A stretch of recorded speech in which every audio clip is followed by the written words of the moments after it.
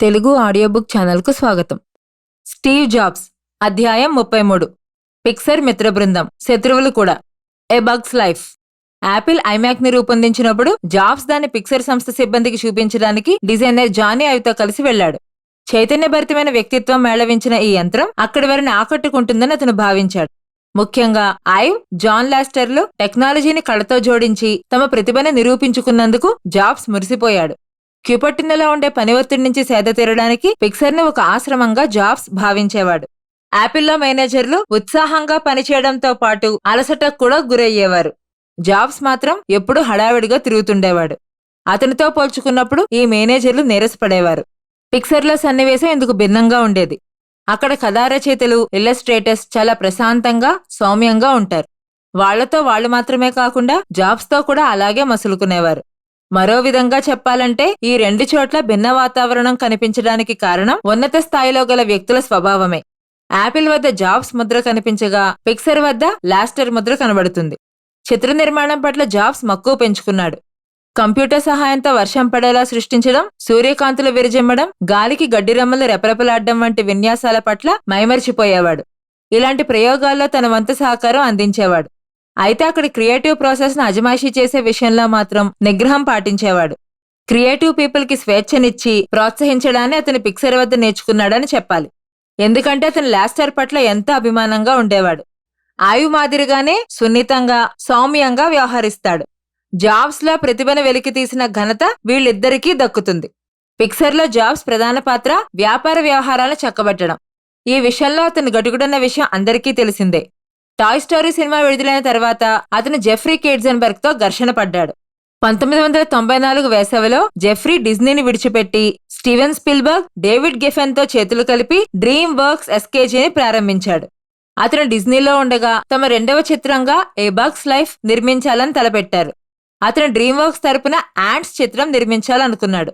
అయితే కేటకం ఇతివృత్తంగా సినిమా నిర్మించాలనే ఆలోచనను డిజ్నీలో ఉండగా తస్కరించాడన్న అభియోగం ఉంది. 60 సంవత్సరాల యానిమేషన్ చిత్ర చరిత్రలో కేటకాలపై సినిమా నిర్మించవచ్చనే ఆలోచన అంతకుముందెవరికీ రాలేదు. ఈ సరికొత్త ఆలోచనకు లాస్టర్ ఊపిరిపోశాడు. అతని సృజనాత్మక ప్రతిభకి ఇది మచ్చుతునక.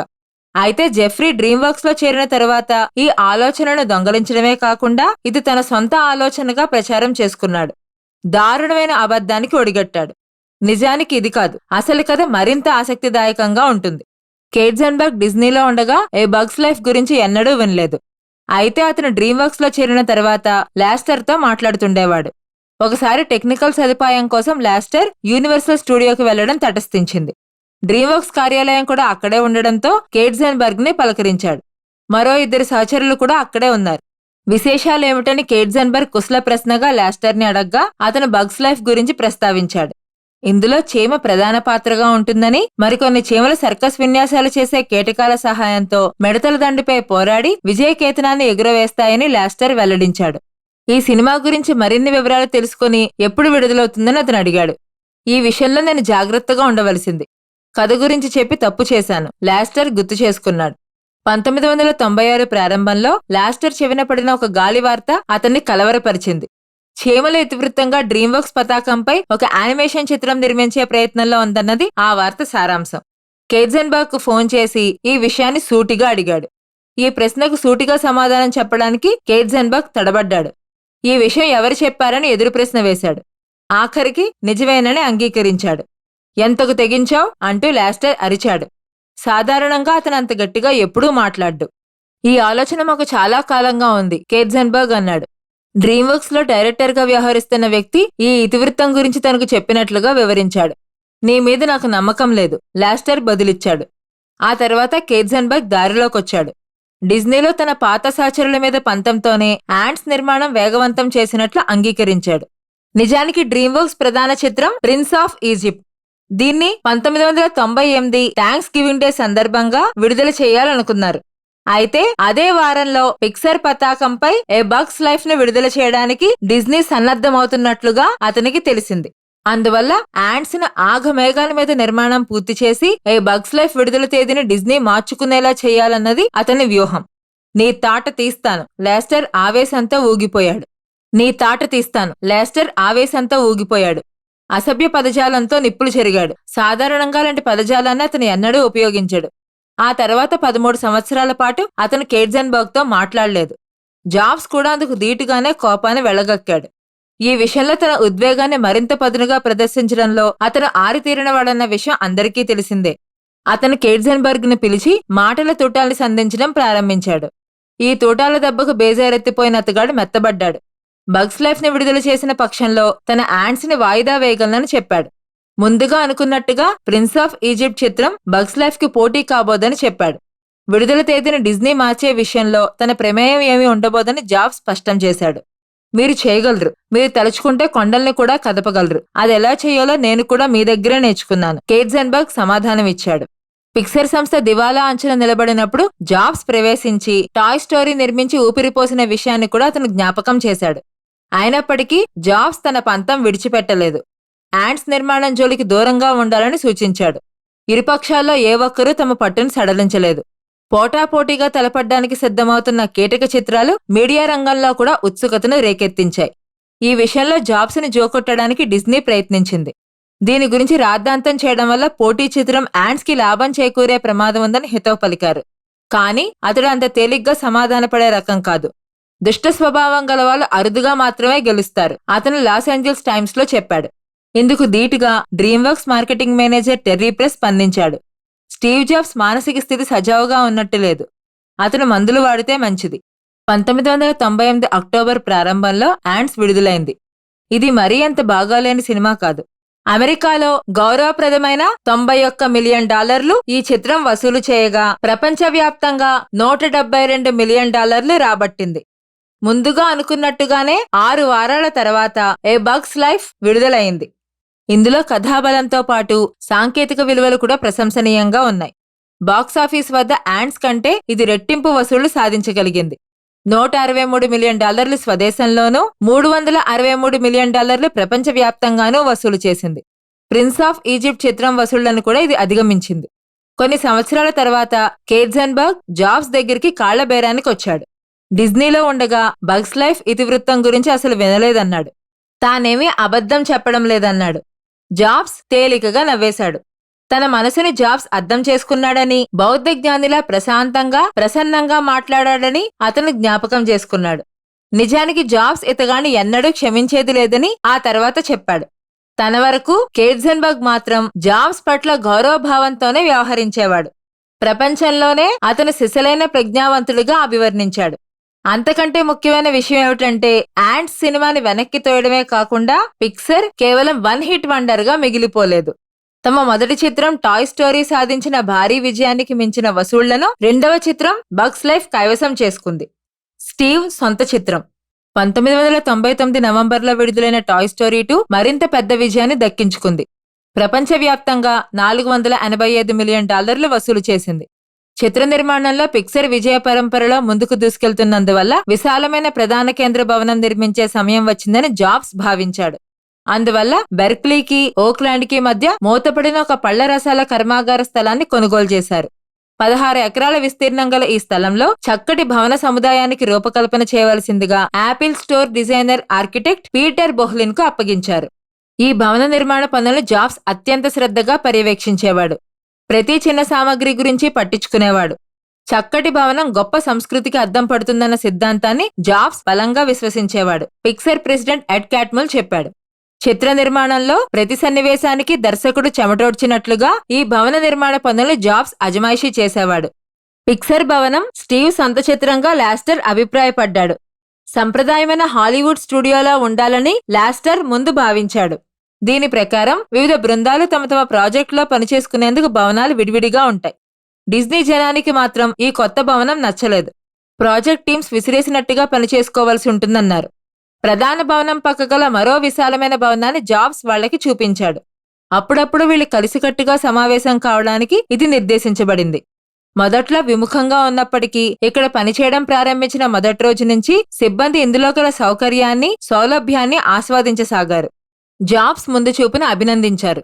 డిజ్నీతో చేసుకున్న ఒప్పందం ప్రకారం పిక్సర్ తమ 4వ చిత్రం మాన్స్టర్స్ ఇన్కార్పొరేషన్ ను విడుదల చేసింది. గత సినిమాలకు మించిన భారీ విజయాన్ని ఇది నమోదు చేసింది. ప్రపంచవ్యాప్తంగా $525 మిలియన్ వసూలు చేసి నూతన రికార్డు నెలకొల్పింది. డిజ్నీ పిక్సర్ల ఒప్పందం పునరుద్ధరించుకునే సమయం వచ్చినప్పుడు డిజ్నీ సీఈఓ మైకెల్ ఐస్నర్ గుర్రుగా ఉన్నాడు. తన భాగస్వామి కళ్లల్లో కారం చల్లాలన్నంత కసిగా ఉన్నాడు. ఈ నేపథ్యంలో జాబ్స్ ఒకసారి డిజ్నీ ఎగ్జిక్యూటివ్ని కలిసినప్పుడు అన్నాడు, మైఖేల్ నా పట్ల ఎలా ప్రవర్తించాడో నీకు తెలుసా? ఐస్నర్, జాబ్స్ విభిన్న నేపథ్యాల నుంచి, వ్యతిరేక తీర ప్రాంతాల నుంచి వచ్చారు. కానీ ఇద్దరూ స్థితప్రజ్ఞులే. రాజీ ధోరణికి ఆమడ దూరంలో ఉంటారు. నాణ్యమైన ఉత్పత్తుల కోసం ఒకేలా కృషి చేస్తారు. పంచదార గుళికల్లా కాకుండా మనసులో ఉన్న విషయాన్ని నిర్మోహమాటంగా మాట్లాడతారు. ఇద్దరూ కూడా జనాన్ని ముందుకు తోసుకెళ్లేవాళ్లే తప్ప తాము మాత్రం తొయ్యబడ్డానికి ఎంత మాత్రం అవకాశం ఇవ్వరు. అందువల్ల వీళ్ళిద్దరూ ఒకరికొకరు ఈ ప్రయత్నానికి పూనుకున్నప్పుడు ఘర్షణ వాతావరణం నెలకొంటుంది. అవతలి వ్యక్తి అబద్ధమాడుతున్నాడని పరస్పరం ఆరోపించుకునేవారు. అంతేకాకుండా అవతలి వాళ్ల నుంచి ఏదైనా కొత్త విషయం నేర్చుకోవాలన్న ఆలోచన ఏమాత్రం ఉండేది కాదు. 2002 వేసవిలో జాబ్స్, ఐస్నర్ మధ్య రగులుకుంటున్న విభేదాలు భగ్గుమన్నాయి. వాల్ట్ డిజ్నీ క్రియేటివ్ స్పిరిట్ ని జాబ్స్ ఎల్లప్పుడూ ఆరాధించేవాడు. ఎందుకంటే ఆ మహానుభావుడు ఈ కంపెనీని ముందు తరాల వారికి బంగారు గనిగా తీర్చిదిద్దాడు. వాల్ట్ మేనల్లుడు రాయ్ కూడా ఇతగాడి వారసత్వాన్ని, చైతన్యాన్ని పుణికిపుచ్చుకున్నాడు. ఐస్నర్తో ఇతనికి విభేదాలున్నప్పటికీ డిజ్నీ బోర్డు సభ్యునిగా కొనసాగుతున్నాడు. ఐస్నర్ డిజ్నీకి సీఈఓగా ఉన్నంతకాలం పిక్సర్ డిజ్నీ ఒప్పందాన్ని పునరుద్ధరించేది లేదని జాబ్స్ రాయ్కు స్పష్టం చేశాడు. రాయ్ డిజ్నీ, అతని సన్నిహిత సహచరుడు డిజ్నీ బోర్డు సభ్యుడు స్టాన్లీ గోల్డ్ కలిసి పిక్సర్తో ఒప్పందం కొనసాగే సమస్య గురించి మిగతా బోర్డు సభ్యుల్ని హెచ్చరించారు. ఈ విషయమై ఐస్నర్ బోర్డు సభ్యులందరికీ ఈమెయిల్ ద్వారా తన అభిప్రాయం తెలియజేశాడు. దీని సారాంశం అసంబద్ధంగా ఉండడమే గాక తన అభిజాత్యాన్ని కూడా వెల్లడించేలా ఉంది. పిక్సర్ ఒప్పందాన్ని పునరుద్ధరించక తప్పదన్న ధీమా వ్యక్తం చేశాడు. ఎందుకంటే పిక్సర్ ఇంతవరకు నిర్మించిన చిత్రాల్లోని పాత్రలన్నిటిపైన సర్వహక్కులు డిజ్నీకే దక్కుతాయి.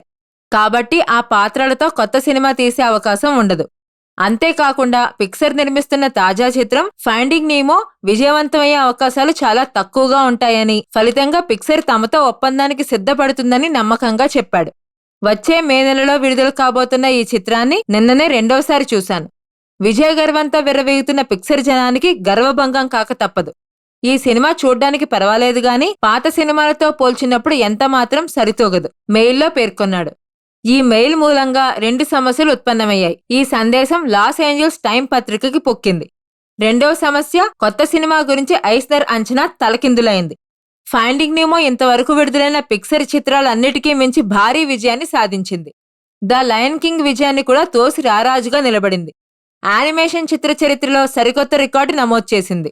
అమెరికాలో $340 మిలియన్ వసూలు చేయగా ప్రపంచవ్యాప్తంగా $868 మిలియన్ సంపాదించింది. 2010 వరకు అత్యధిక ప్రజాదరణ పొందిన డీవీడీగా చరిత్ర సృష్టించింది.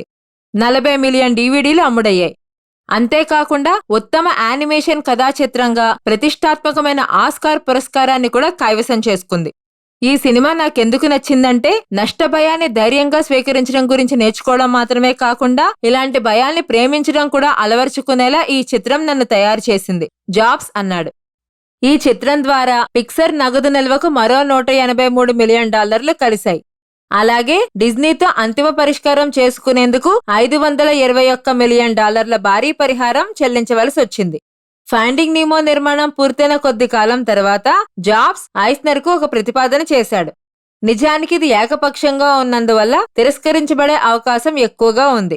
ప్రస్తుత ఒప్పందం ప్రకారం ఆదాయాన్ని చెరిసగం పంచుకోవడానికి బదులుగా కొత్త చిత్ర నిర్మాణాలపై అందులోని పాత్రలతో సహా పూర్తి హక్కులు పిక్సర్కే ఉంటాయని, పంపిణీ బాధ్యతలు స్వీకరించినందుకు డిజ్నీకి కేవలం 7.5% వాటా చెల్లించబడుతుందని చెప్పాడు. ప్రస్తుతం నిర్మాణ దశలో ఉన్న 2 చిత్రాలు ద ఇంక్రెడిబుల్స్ మరియు కార్స్ కూడా నూతన ఒప్పంద పరిధిలోకి వస్తాయని చెప్పాడు. అయితే ఐస్నర్ చేతిలో కూడా ఒక బలమైన ఆయుధం ఉంది. పిక్సర్ తమతో ఒప్పందాన్ని కొనసాగించకపోయినా టాయ్ స్టోరీతో సహా ఇంతవరకు నిర్మించిన చిత్రాలు, అందులోని పాత్రలతో ధారావాహికలు నిర్మించుకునే హక్కులు డిజ్నీ జేబులోనే ఉన్నాయి. మిక్కీ మౌస్, డొనాల్డ్ డక్ మాదిరిగానే ఈ సినిమాల్లోని పాత్రల్ని కూడా తమకు కావలసినట్లుగా ఉపయోగించుకోవచ్చు. టాయ్ స్టోరీ 3 నిర్మించే ఆలోచన కూడా ఉన్నట్లుగా ఇప్పటికే సంకేతాలు వెలువడుతున్నాయి. 2003 నవంబర్లో రాయ్ డిజ్నీని డైరెక్టర్ల బోర్డు నుండి నిష్క్రమింపజేయడంలో ఐస్నర్ సక్సెస్ అయినప్పటికీ కంపెనీలో రగులుతున్న సంక్షోభానికి మాత్రం తెరపడలేదు. తన నిరసన గళాన్ని వినిపిస్తూ రాయ్ డిజ్నీ బహిరంగ లేఖ రాశాడు. కంపెనీ ప్రతిష్టను, సృజనాత్మక శక్తిని, వారసత్వ సంపదను కోల్పోయింది. పిక్సర్తో ప్రయోజనాత్మక సంబంధం నిర్మించడంలో ఐస్నర్ విఫలమయ్యాడని పేర్కొన్నాడు. ఇతనితో కలిసి జాబ్స్ పనిచేయలేనన్న విషయాన్ని కూడా ప్రస్తావించాడు. అందువల్ల 2004 జనవరిలో డిజ్నీతో సంబంధాలు తెగదెంపులు చేసుకుంటున్నట్లుగా బహిరంగంగా ప్రకటించాడు. తన మనసులో చెలరేగే మొరటి భావాల్ని వెళ్లగక్కడంలో జాబ్స్ సాధారణంగా నిగ్రహం పాటిస్తాడు. ఈసారి మాత్రం ఉండబట్టలేకపోయాడు. పత్రికా విలేకరుల సమావేశం ఏర్పాటు చేసి పిక్సర్ బ్రహ్మాండమైన హిట్ చిత్రాలు నిర్మిస్తుండగా డిజ్నీ మాత్రం రాత పుట్టించే సినిమాల్ని రీళ్లుగా చుట్టబెడుతోందని ఎద్దేవా చేశాడు. ఈ రెండు సంస్థలు నిర్మించే చిత్రాల్లోని సృజనాత్మకత, నాణ్యతా ప్రమాణాలను బేరీజు వేసుకోవచ్చని సవాలు విసిరాడు. తమ పిక్సర్ బ్రాండ్ డిజ్నీ బ్రాండ్కేమీ తీసిపోదని, అంతకు మించిన పేరు ప్రతిష్టలు సాధించే దిశగా కృషి చేస్తున్నామని వివరించాడు. ఈ ప్రకటన తెలుసుకున్న రాయ్ డిజ్నీ జాబ్స్తో మాట్లాడాడు. ఇక్కడి దుష్టశక్తి వైదొలిగినప్పుడు మళ్లీ మనం కలిసి పనిచేద్దాం. డిజ్నీతో తెగతెంపులు చేసుకుంటున్నట్లు తెలుసుకున్న లాస్టర్ దిగ్భ్రాంతి చెందాడు. నా పిల్లల గురించి నేను బెంగపెట్టుకుంటాను. మేం ప్రాణం పోసిన ఆ పాత్రల బతుకులు ఏమైపోతాయోనని కలవరపడుతున్నాను. ఈ వార్త నా గుండెల్లో గుణపం గుచ్చినట్లుగా ఉంది, అతను జ్ఞాపకం చేసుకున్నాడు. పిక్సర్ ఉన్నతాధికారులతో సమావేశమైనప్పుడు అతను కన్నీళ్లు పెట్టుకున్నాడు. మరోసారి స్టూడియో హాల్లో 800 మంది పిక్సర్ సిబ్బందిని ఉద్దేశించి ప్రసంగిస్తున్న సమయంలో కూడా ఉద్వేగాన్ని, కన్నీటి ధారల్ని అదుపు చేసుకోలేకపోయాడు. అల్లారు ముద్దుగా పెంచుకుంటున్న మీ బిడ్డల్ని పిల్లలతో అసభ్యంగా ప్రవర్తించే నేరగాళ్లకు అప్పగించడం ఎంత బాధాకరంగా ఉంటుందో మీరే ఊహించండి, గద్గద స్వరంతో అన్నాడు. ఆ తర్వాత వేదిక మీదకొచ్చిన జాబ్స్ గంభీరంగా ఉన్న వాతావరణాన్ని శాంతపరిచే ప్రయత్నం చేశాడు. డిజ్నీతో విడిపోవడానికి దారితీసిన కారణాలను అతను వివరించాడు. విజయపథంలో పయనిస్తున్న పిక్సర్ను మరింత ముందుకు నడిపించడానికి మనమంతా సమిష్టిగా కృషి చేద్దామని నచ్చజెప్పాడు. జనంలో విశ్వాసాన్ని నూరిపోయడంలో జాబ్స్కు మంచి సామర్థ్యం ఉంది. ఏది ఏమైనా పిక్సర్ విజయబావుట రెపరెపలాడగలదన్న నమ్మకం మా అందరికీ కలిగింది. స్టూడియోలో చాలా కాలంగా సాంకేతిక నిపుణుడిగా పనిచేస్తున్న ఓరెన్ జాకబ్ అభిప్రాయపడ్డాడు. ఫ్రాంక్ వెల్స్ డిజ్నీ ప్రెసిడెంట్గా వ్యవహరించిన సమయంలో ఐస్నర్ 10 సంవత్సరాల పాటు అతనికి కుడిభుజంగా పనిచేసిన విశేషమైన చరిత్ర ఉంది. వెల్స్ ఆశయాలను, ఆలోచనలను ఆచరణలో పెడుతూ క్రియాశీలక పాత్ర పోషించేవాడు. 1994 వెల్స్ హెలికాప్టర్ ప్రమాదంలో మరణించిన తర్వాత అతని స్థానాన్ని భర్తీ చేయగల వ్యక్తి ఐస్నర్కు దొరకలేదు. కేట్జెన్బర్గ్ వెల్స్ పదవి కోసం ఆశించగా ఐస్నర్ అతన్ని సాగనంపాడు. 1995లో మైకేల్ ఓవిట్స్ ప్రెసిడెంట్గా వచ్చినప్పటికీ అతను 2 సంవత్సరాలకు మించి అక్కడ నిలబడలేకపోయాడు. డిజ్నీ సిఓఓ బాబ్ ఐగర్ సంస్థకు జరుగుతున్న నష్టాన్ని నివారించడానికి చర్యలు తీసుకోవడానికి ఉపక్రమించాడు. ఇతను సున్నితంగా కనబడిన నిర్ణయాలు, నిర్వహణకు సంబంధించి కఠినంగానే వ్యవహరిస్తాడు. ఇతను టెలివిజన్ నేపథ్యం నుంచి వచ్చాడు. ఏబీసీ నెట్వర్క్ ప్రెసిడెంట్గా వ్యవహరించాడు. ఈ సంస్థను 1996లో డిజ్నీ స్వాధీనం చేసుకుంది. ఐస్నర్ జాబ్స్ల మాదిరిగా తొందరపాటు లేకుండా నిదానంగా వ్యవహరిస్తాడు. డిజ్నీ యానిమేషన్ విభాగం సమర్థవంతంగా పనిచేయడం లేదన్న వాస్తవాన్ని ఐస్నర్ గుర్తించాడు. ఇటీవల నిర్మించిన 2 యానిమేషన్ చిత్రాలు ట్రెజర్ ప్లానెట్ మరియు బ్రదర్ బేర్లు డిజ్నీ ప్రతిష్టను ఇనుమడింపు చేయడంలో విఫలమయ్యాయి. ఆదాయం కూడా అంతంత మాత్రంగానే సంపాదించాయి. కంపెనీ భవిష్యత్తు యానిమేషన్ చిత్రాల విజయం మీదే ఆధారపడి ఉంటుంది. ఈ మర్మాన్ని ఐస్నర్ అర్థం చేసుకున్నట్లు లేదు. అందువల్లనే పిక్సర్తో వ్యవహరించినప్పుడు అతని ధోరణి సజావుగా లేదని బాబ్ ఐగర్ అభిప్రాయపడ్డాడు.